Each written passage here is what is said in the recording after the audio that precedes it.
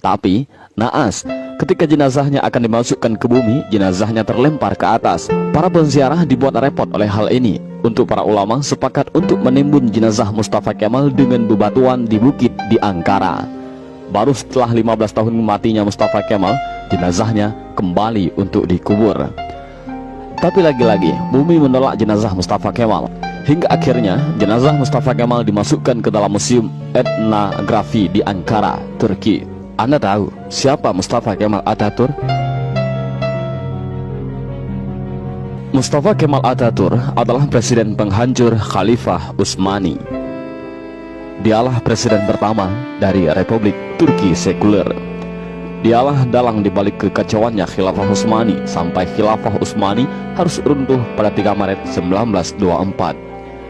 Dan ketika Mustafa Kemal Atatürk berkuasa di Turki, dia menjadi diktator pertama di dalam dunia Islam. Dia memerintah dengan tangan besi. Habis semua umat Islam dalam genggaman tangannya. Tangannya berlumuran darah umat Islam yang menghendaki agar Khalifah Utsmani kembali menghiasi bumi Istanbul. Mustafa Kemal juga yang menghapus segala bentuk hukuman syariah.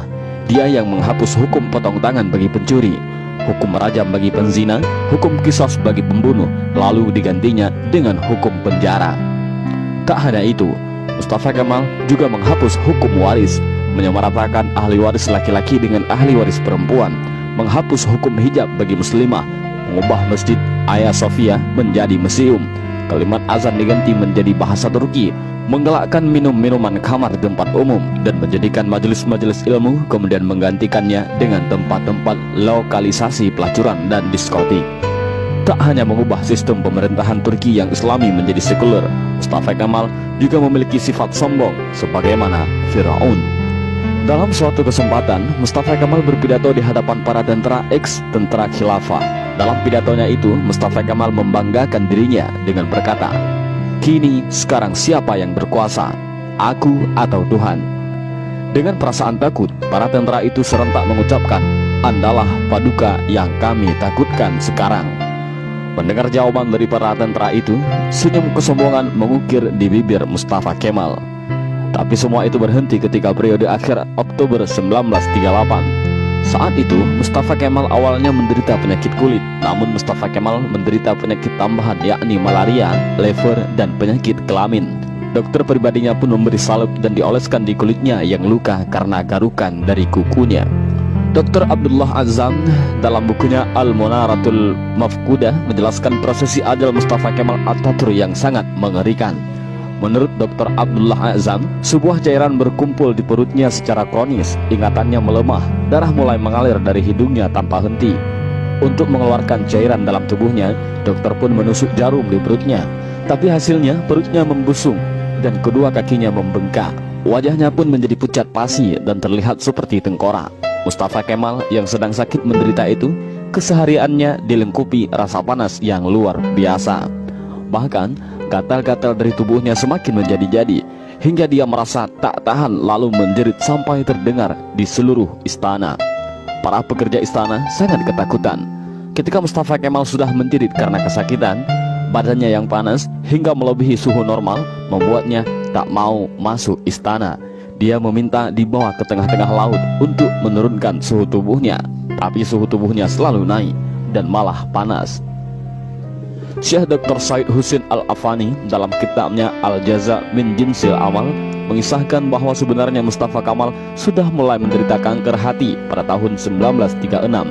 Tapi anehnya para dokter yang mendiagnosa baru mengetahui Mustafa Kemal terkena kanker hati pada tahun 1938. Dan puncaknya, pada pagi hari tanggal 10 November 1938, Mustafa Kemal dinyatakan mati oleh tim dokter. Sakratul maut yang amat mengerikan bagi pengkhianat dan penghancur Khalifah Utsmani. Bahkan ketika akan proses pemakaman pun, para ulama Turki menolak untuk menyolatkan jenazah busuk Mustafa Kemal. Baru di hari ke-9, atas desakan dan permintaan dari adik perempuan Mustafa Kemal, barulah para ulama dan rakyat Turki mengkafani, menyolatkan dan menguburkan Mustafa Kemal.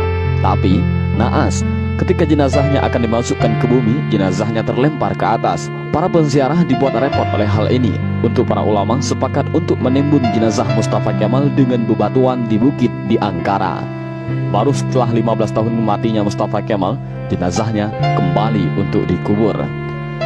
Tapi lagi-lagi bumi menolak jenazah Mustafa Kemal, hingga akhirnya jenazah Mustafa Kemal dimasukkan ke dalam Museum Etnografi di Ankara, Turki.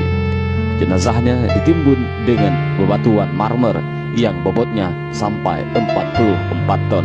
Dan jika Anda pergi ke Museum Etnografi di Turki untuk melihat makam Mustafa Kemal, para pemandu museum pasti akan menyemprotkan parfum yang paling wangi ke pakaian Anda. Sebab jika Anda sudah mendekati makam Mustafa Kemal, pasti akan tercium bau yang lebih busuk dari bangkai. Pihak museum pun mengakui jika sumber bau busuk itu bukan dari WC ataupun septic tank yang bocor, melainkan di areal makam Mustafa Kemal Atatürk. Kisah ini memberikan iktibar, seperti kata beberapa ulama, kalau kamu benci dan mencoba menjegal khilafah, maka kamu akan melawan Allah. Lihat kematian yang mengerikan menimpa Mustafa Kemal Atatürk, si penjegal dan penghancur khilafah Utsmani. Aroma bau yang keluar dari makam Mustafa Kemal adalah cara Allah memperingatkan kepada siapa saja yang mencoba sombong dengan kekuasaannya dan melawan syariatnya, maka dia akan mendapatkan kematian yang terhina. Jangan lupa di subscribe, like, dan share.